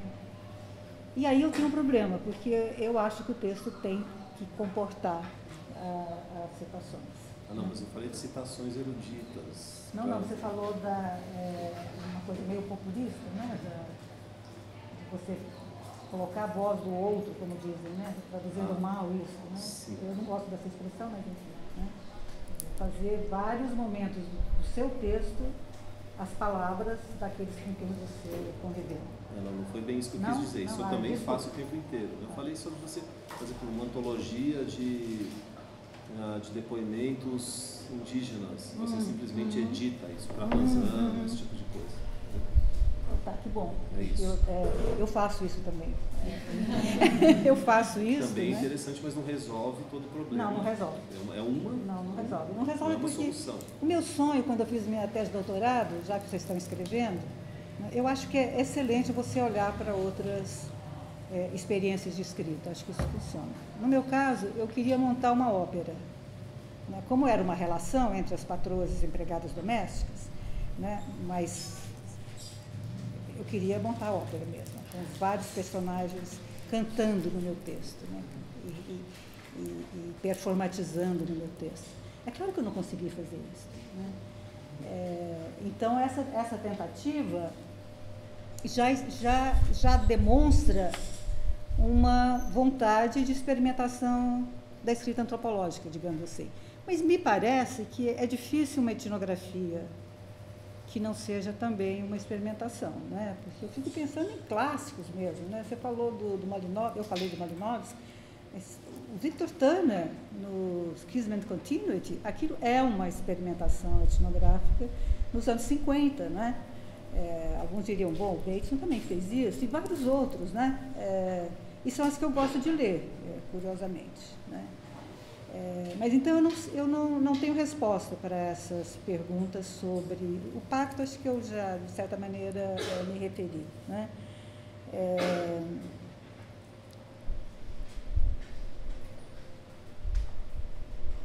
Essa preocupação com o modo pelo qual se faz o conhecimento, né?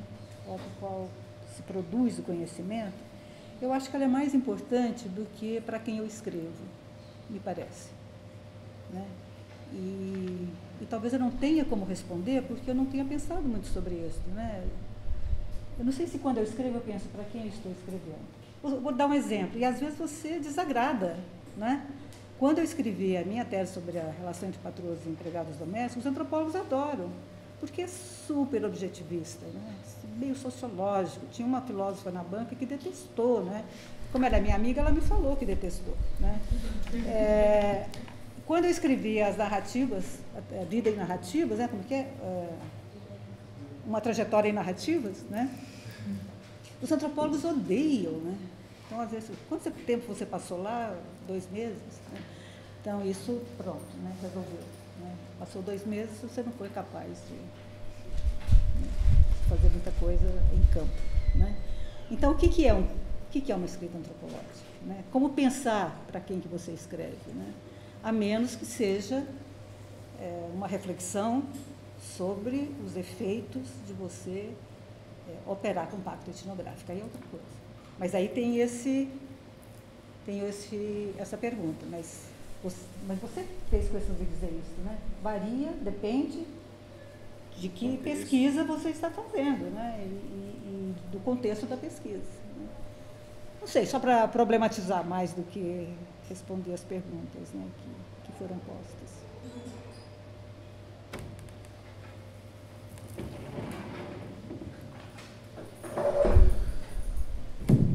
Então, de fato, são questões complicadas, né? Acho que vocês vão ter que se resolver isso na escrita, desculpa, mas a gente não vai dar uma solução.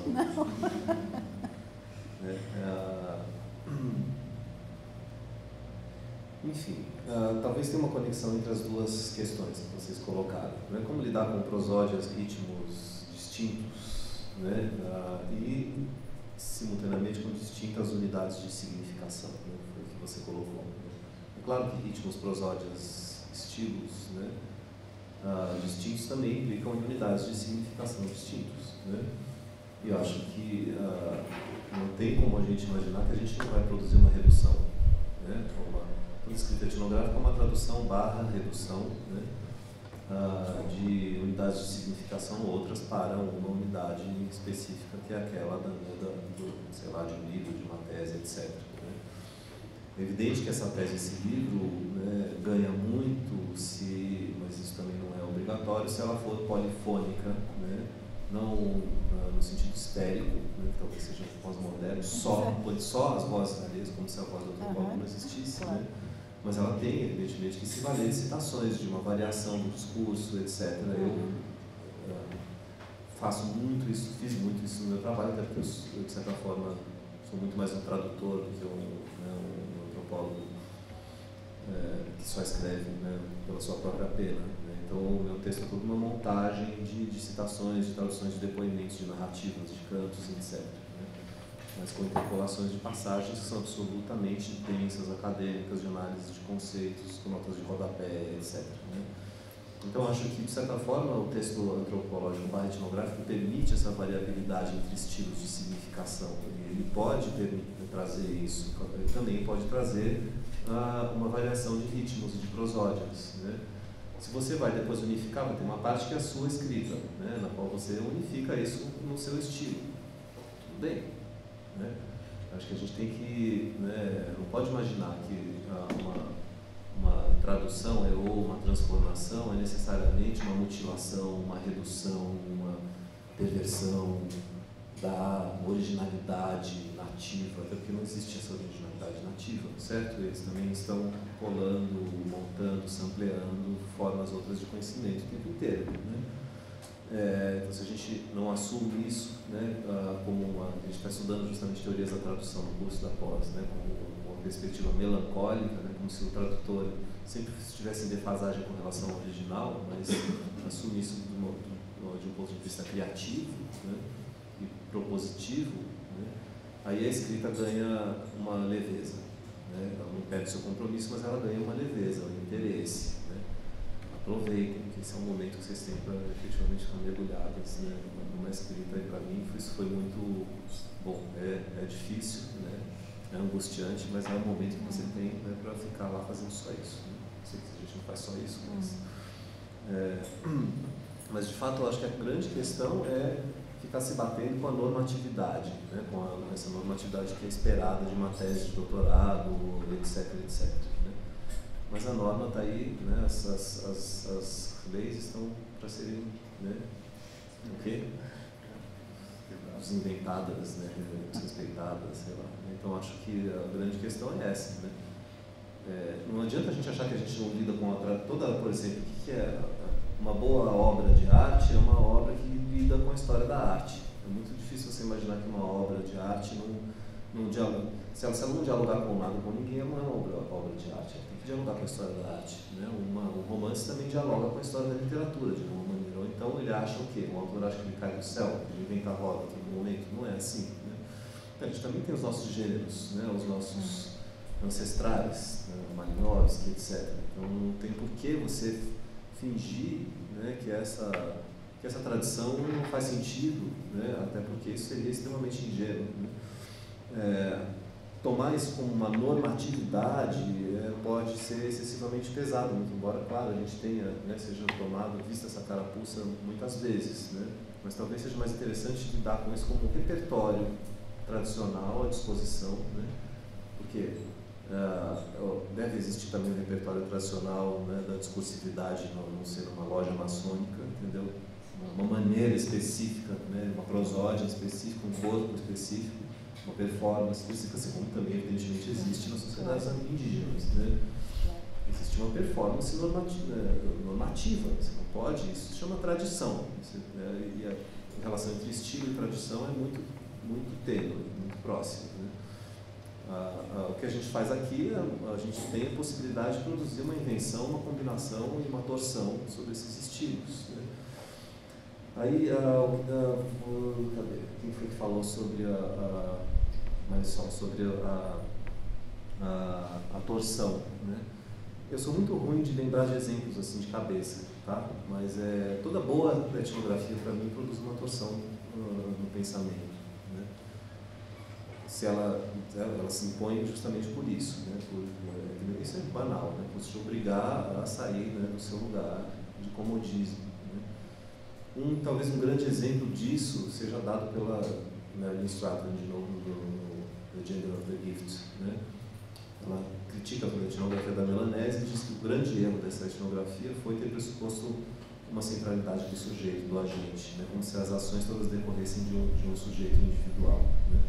Não é assim na Melanésia. E isso produz uma torção absolutamente profunda de todas as nossas categorias, porque a gente sempre pressupõe um sujeito como autor, né, das suas ações. Né? Desde o seu crime, né? Se alguém comete um crime, essa pessoa precisa ser responsável por esse crime, né? Não sei que ela seja comprovada como um doente mental, coisa do gênero, né?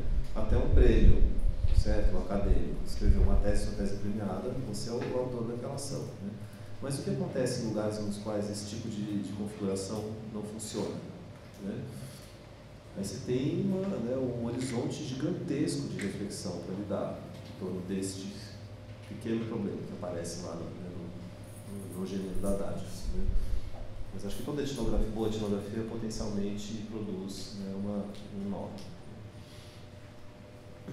que mais? Mais questões? Mas eu gostaria de fazer uma pergunta. Então eu vou fazer. A professora Sueli, quando a senhora estava falando sobre as observações controladas, né, do texto que acabam indo para as notas de rodapé das nossas produções acadêmicas e que muitas vezes elas têm uma complexidade maior no romance.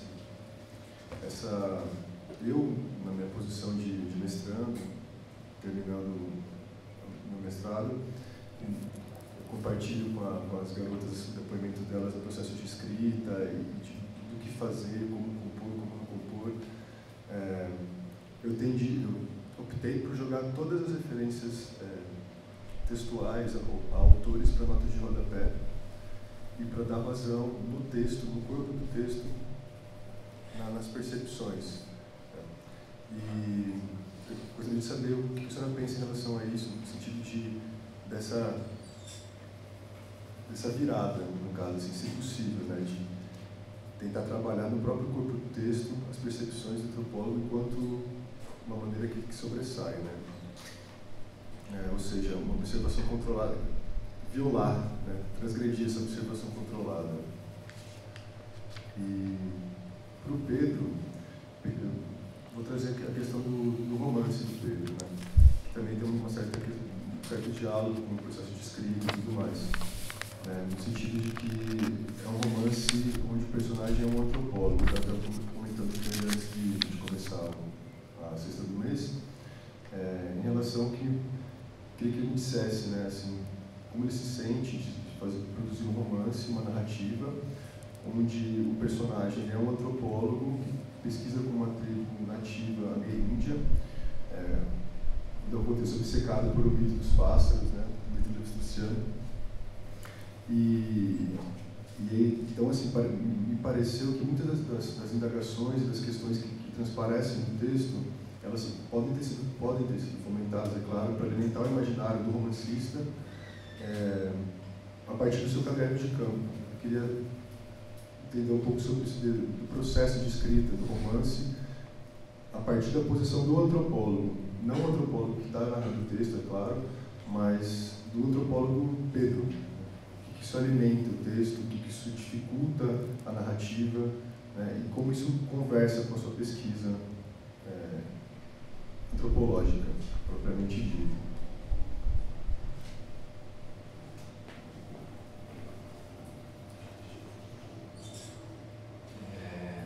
Eu queria fazer mais uma pergunta sobre o acto etnográfico, que eu achei uma noção aqui forte, porém, para mim, ainda cheia de questões e problemática. No sentido de que, vários exemplos, assim, minha experiência não é de etnólogo, mas tem vários colegas que são e trazem informações. Por exemplo, uma amiga que trabalha com Zingaricó, que tem um dicionário da língua Zingaricó que foi feito, parece que é bem conhecido e tal, uma gramática, e os Zingaricó implicam que essa mulher ficou rica e nem acho que não aceita que ela volte lá para visitá-los, e parece uma pesquisadora muito séria, uma gramática. E também fazendo uma viagem para Roraima e tal, parece, visitando aldeias indígenas perto da cidade, falar que é antropólogo gerava mais constrangimento do que falar outra coisa, que era visitante, pesquisador e tal. Assim, dizer que é antropólogo gerava mais barreiras para que uma comunidade indígena aceitasse que a gente fosse lá e aí, ao mesmo tempo, o meu campo de pesquisa, que vem da ciência para a arte, tem uma questão assim, Porque, assim, no limite, os interlocutores não precisam do nosso conhecimento, no certo sentido, eles não demandaram pelo nosso conhecimento. Então, fico pensando sobre esse pacto, assim, porque no Metafísicas Canibais, o Eduardo, no limite, chega lá e fala, não vamos falar como, vamos falar talvez como. E a gente fosse debatendo no curso que estava tendo com o Renato, se é com, se é através, porque eu fico pensando talvez o através fosse um termo mais adequado, no sentido de que, enfim, nos limites mesmo desse pacto, assim, se a gente está, por exemplo, no caso do Eduardo, fazendo uma crítica à filosofia, etc., através do que ele aprendeu, do que ele conheceu com os ameríndios, enfim. Eu fico sempre me perguntando, assim, do limite de um nativo meu, de um cientista, de um artista, um curador, um interlocutor da minha pesquisa, se ele lesse a minha pesquisa, se não é quase fadada a sentir desconfortável, assim, com aquilo que eu escrevo. E eu não sei qual a percepção, no seu caso, com população indígena na sua pesquisa, mas enfim, eu escutei o que você falou sobre o pacto etnográfico e me gerou vários problemas. Se você puder falar um pouco mais sobre isso. Então, eu não tenho uma resposta, tá, definida para, primeiramente, a segunda questão, né, começando pela última, né, Guilherme, claro, né, como é que eu vou dizer, os antropólogos não são bem-vindos, muitas vezes, em populações indígenas, mas é importante entender bem de onde vem isso, né? Isso vem de dois lugares, pelo menos, né? Primeiro, vem das acusações que os antropólogos recebem sistematicamente por missionários, por garimpeiros, por madeireiros, etc. Toda a sorte de gente que faz o possível para difamar, né? Para fazer a caveira daquele cara que vai lá roubar, ficar milionário, etc., às custas do conhecimento alheio, né? Então, muitas vezes isso tem a ver, né, com essa má recepção dos antropólogos, né? Mas tem a ver também com uma determinada característica, especificamente dos povos indígenas, que consiste em fazer com que os vínculos sejam mantidos o tempo inteiro através de uma relação de parentesco, né? Então, se você mantém e constrói esse vínculo, depois você vai embora e some e volta 10 anos depois, você já não é mais gente, você já não é mais parente, você é inimigo, né? Inimigo recebe todo tipo de tratamento que qualquer outro inimigo receberia, até que você reconstrua o vínculo, né? Essa inconstância constitutiva, né, é comum e ela é esperada, né? E ela tem um sentido próprio de si. Muitas vezes a maneira agressiva, violenta, desconfortável, dá dinheiro, você não pagou, não sei o quê, é uma interpelação do tipo, cadê você? Você sumiu, né? Às vezes é parecido com as interpelações que os espíritos fazem para os xamãs, né? Cadê você? Você ficou aí, desapareceu, né? Não veio aqui visitar a gente, agora também então a gente vai se vingar, vai mandar projéteis, né, mágicos, vai mandar doença que você desapareceu, entendeu? Não tem a ver um pouco com isso. Isso resolve? Não resolve totalmente a sua questão, né? Eu acho que cada contexto produz o seu par, né? É evidente que os índios não vão se reconhecer totalmente naquilo que a gente escreve, assim como também nós não nos reconhecemos totalmente na maneira pela qual eles nos comentam, né? O que acontece o tempo inteiro. Eu já fui várias coisas durante as minhas pesquisas, já fui pajé, já fui pescador, já fui madeireiro, né? Já me disseram que eu era várias coisas, né? Evidentemente não me considero um madeireiro, né?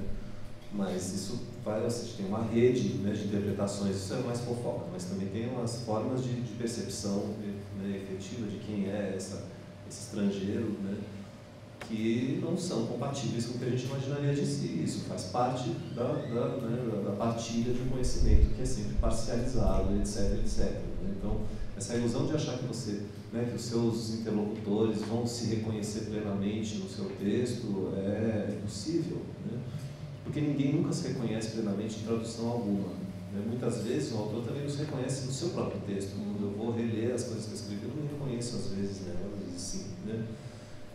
Então isso tem que ser assumido como algo que faz parte, né, da produção de conhecimento, não tem como ser de outra forma, né?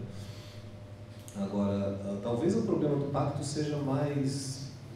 A gente tem que parar para pensar melhor nisso, né? Claro, eu falei de um contexto específico, porque esse contexto envolve uma relação de longo prazo, envolve um ativismo, envolve relações pessoais, que muitas vezes são relações de amizade mesmo, né? Em alguns contextos não necessariamente, né?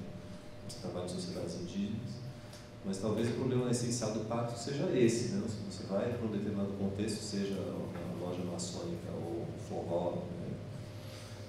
Para tentar entender o que está acontecendo ali, né? Extrair, né, o problema, qual o problema, né? Que é o título do livro do Seeger, por que os Suyá cantam? Né? Você está ali para entender isso. Né? Esse, de certa forma, também é um certo pacto. Né? E isso precisa ser respeitado de alguma maneira. Você entender qual o problema daquelas pessoas. Né? Uma vez eu estava num debate com a Manuela Cabelo da Cunha sobre isso. Eu perguntei justamente algo do gênero para ela, não lembro exatamente qual era a pergunta, mas era algo do tipo: Manuela, o que a gente faz? Então, quando a gente discorda, né, das pessoas com quem a gente trabalha, em determinado momento você vê que, né, os índios com quem você trabalha estão envolvidos em corrupção numa ONG, você não quer compactuar com isso, etc. Aí ela me disse, né, me respondeu, se eu sou fiel à resposta dela, espero que eu seja. Né? A questão não é concordar ou discordar, a questão é compreender. O objetivo, né, da antropologia não é concordar ou discordar de ninguém. Né? Um promotor público pode concordar ou discordar. O antropólogo é aquele que precisa entender primeiro o que está acontecendo para que depois alguém possa concordar ou discordar ou arbitrar. Né? O antropólogo não arbitra, certo? Ele compreende, é claro que a compreensão é sempre multifacetada, né? Mas isso talvez faça parte de um certo pacto, que é também um certo procedimento metodológico, por assim dizer. Né? Em alguns momentos essa compreensão vai casar mais com uma simpatia, né? Com uma convergência. A gente não é obrigado a simpatizar com todo mundo, certo? Não é obrigado a convergir com todo mundo, mas muitas vezes a gente converge, simpatiza e a gente seleciona pessoas. Você acaba por trabalhar com pessoas com quem você gosta mais, né, mesmo numa aldeia indígena, certo? Mas acho que talvez esse seja o ponto inicial metodológico, que em alguns casos vai se transformar também numa aliança política, numa aliança ética, etc. Né? Mas talvez seja uma segunda consequência mais profunda do tal do pacto etnográfico, tal como, né, expresso pelo Sobel. E a questão do livro, bom, isso eu não falei ainda assim, sobre esse livro, né, que saiu no ano passado. Mas então não sei muito bem como responder, mas eu sempre tive uma relação com literatura. Na verdade eu fui para a antropologia muito por causa da literatura, né, tanto para pesquisar outros regimes de linguagem, né, quanto também por causa da capacidade de experimentação na escrita, né, que é o que a gente está discutindo aqui, né, que a antropologia permite, mais do que outras áreas. Né. A filosofia, por exemplo, o peso da tradição, como a gente estava falando antes, né, da história da filosofia é tão massacrante que você quase que desaparece, principalmente aqui, nesse departamento da Fefereste. Não pode fazer nada. Né. Simplesmente fazer uma outra obra de história da filosofia. Na antropologia você tem uma plasticidade, uma maleabilidade maior. Né? Mas esse livro, de certa forma, ele foi montado na minha cabeça e a trama, né, a narrativa, de alguma maneira as coisas encaixam, assim, você sempre escreve. Né? Mas talvez, de certa forma, o que eu tenha feito ali seja resolver, ou tentar responder, não responder, mas lidar com um problema que na escrita antropológica propriamente dita eu não conseguia, e até agora também não consigo, que é produzir uma reflexão sobre os vínculos. O que é efetivamente um vínculo com um índio? Que natureza de relação é essa? Né? É uma amizade? Né? Você é amigo? Você se transforma em parente? Você é efetivamente parente? O que é se transformar em parente? Né? Tendo em vista o fato de que você sempre vai ser, mesmo que, né, de maneira metonímica, um branco, né? O homem branco colonizador. Mesmo que você não seja efetivamente esse homem branco, você responde, né, por essa presença. Né? E a gente sabe que isso é inclusive um problema de fundo, né, nos pensamentos cosmológicos ameríndios, né? A relação entre estrangeiros, nós e outros, vai problema da história de vida e tudo isso. Então, esse livro tentou de uma maneira tratar dessa questão, né, através de uma outra técnica, que é a técnica da ficção. Né? Tem um pouco a ver com a minha frustração com meus diários de campo. Né? Respondendo de novo à tradição, né, da disciplina, eu fiz vários diários, eu comecei a transcrever os diários, vi que eles não serviam para nada, eles não iam dar chama Lanças do Crepúsculo. Eu, há um tempo atrás também tinha feito uma resenha das Lanças do Crepúsculo do filme escolar, que eu não gosto muito, né? Eu falei, não quero fazer, sabe, já tem os tristes trópicos, tá bom, né? Ou o Copo por Copo, né, da Jennifer Apressada, que eu acho que são bons momentos, né, desse gênero, né? E aí eu achei mais interessante parodiar o gênero do que escrever, né, um gênero real. Então é um pouco por aí, assim, né? Mas eu efetivamente acho que as coisas não são separadas, que é possível para quem tiver interesse, quem tiver, né, sei lá, vontade, né, explorar formas distintas de tratar de determinados problemas que são problemas do pensamento, que não se reduzem só a um gênero, né? Isso inclui também, claro, vídeo, inclui outras mídias, não inclui necessariamente só a escrita. Bom, a sua pergunta é muito diferente das que as suas colegas fizeram, né? Porque eu acho que, principalmente, você foi mais sobre o pacto, né? Mas, desculpa, seu nome é? Luísa? Ana, né? São mais sobre relações, né? Que você tem com aquilo que está presente na sua escrita, ou te afetando para escrever, né? Desde para quem você escreve, se você adota o fluxo de consciência. Eu já tive artigo recusado porque eu tinha muito fluxo de consciência, né? Talvez por isso tenha um problema mesmo com o fluxo de consciência, mas isso foi há muito tempo, então hoje acho que isso é mais aceito, digamos assim, né? Então, é possível ter o fluxo de consciência dentro de uma escrita antropológica, ou seja, é possível você... Eu acho que tem essa possibilidade, isso é interessante. Eu vou citar uma pesquisa que me impressionou muito e que foi feita no Instituto de Artes, lá na Unicamp, em que, André, você pode me ajudar, mas levando, digamos, muito literalmente essa história das linhas aí, não é? Essa mestranda, foi uma dissertação de mestrado, ela fez acho que eram bordados, né? Eram bordados, e ela tomou o bordado, por causa das linhas, né? Presente na escrita. Então, a dissertação tem bordados, com linhas, literalmente linhas, né? de bordados. E, ao mesmo tempo, a escrita vai tomando, ela vai fazendo esses movimentos, né? Faz o movimento. Eu fiquei muito, não sei ainda como tratar, não é? Como pensar sobre isso, mas eu fiquei bastante bem impressionada sobre esse trabalho, e acho que é mais ou menos com relação à literatura ou uma pintura, porque também é possível uma torção aí, não é? Aquilo que você disse, quer dizer, é claro que me parece que a sua experiência etnográfica está na sua ficção e tudo que você leu de ficcional está na sua escrita etnográfica, embora talvez menos no seu, mas com certeza na minha sim, né? Na minha escrita eu preciso...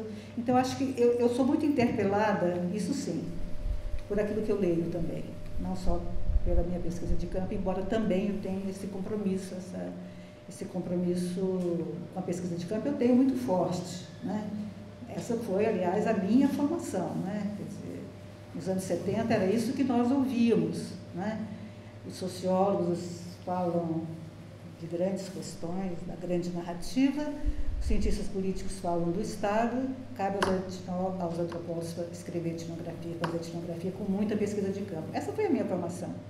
Então, ela me constitui como antropólogo, enquanto experiência antropológica, né?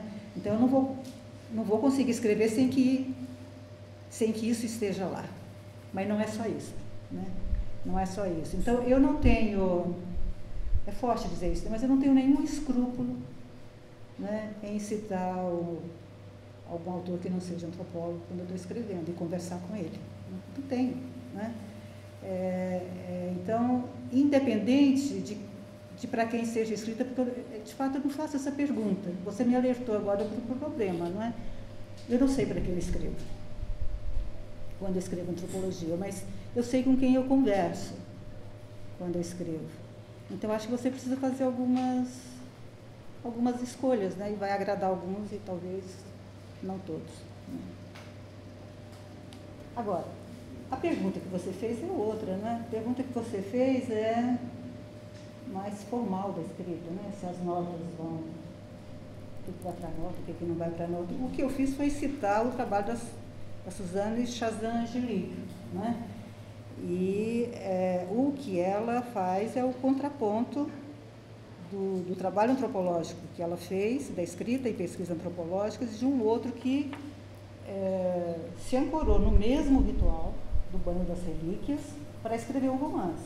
Então ela vai, né, ela faz esse contraponto e vai, né, e vai e vem e vai mostrando, entre outras coisas, que o que era nota na escrita dela se tornou texto, digamos, corpo do texto no livro de literatura, né? O que era uma presença forte do ritual no texto dela se tornou um mito, né? Então se tornou uma variação, digamos, né?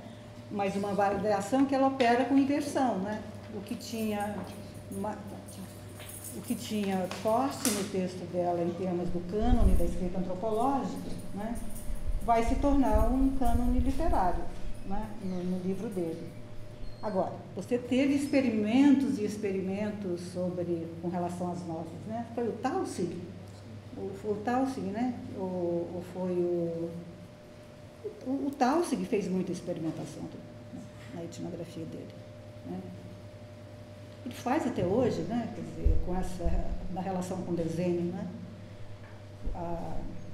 Mas só que ele não está dizendo, tem o desenho e tem escrita, ele está exatamente fazendo, vamos chamar assim, vamos estender essa noção de torção, né?